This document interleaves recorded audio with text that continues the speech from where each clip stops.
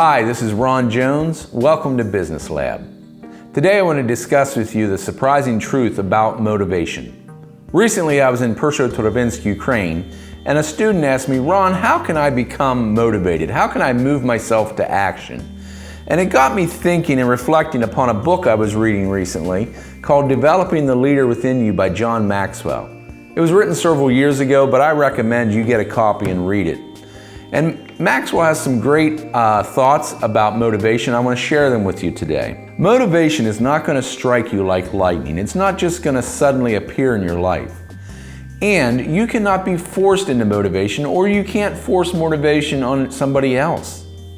The idea of becoming motivated can be a trap. We say, oh, if I can just become more motivated, then I can accomplish this. Can we agree? Let's just forget motivation and let's just do it.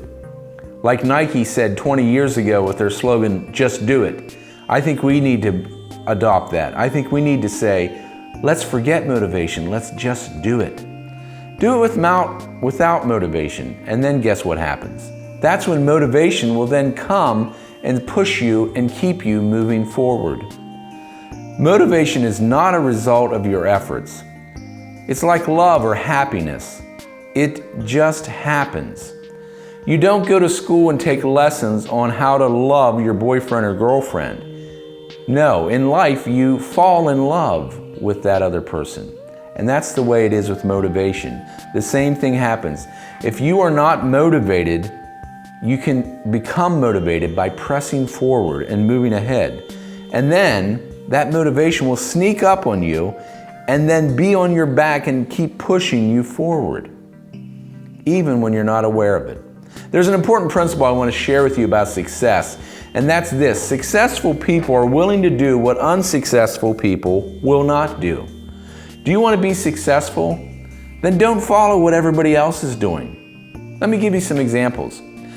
The average person waits to feel good and then is motivated to action. But a successful person moves forward in action and then feels good.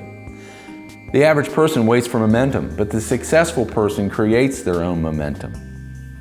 For the average person, their attitude controls their actions.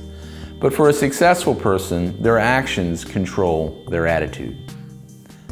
Theodore Roosevelt was the 26th President of the United States. And he was asked one day, how do you achieve success?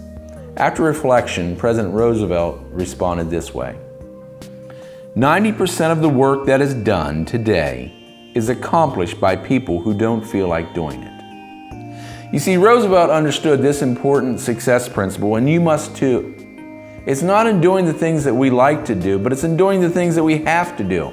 Everyday, mundane, routine, ordinary things, and even sometimes the uncomfortable things, that causes us growth and molds us into successful people. Louis L'Amour was a famous American author, had written over 230 books. One day he was asked, how do you write these books? How do you become so creative and with these thoughts?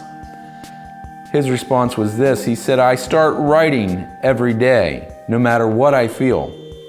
The water does not flow until the faucet is turned on. And that is just like us.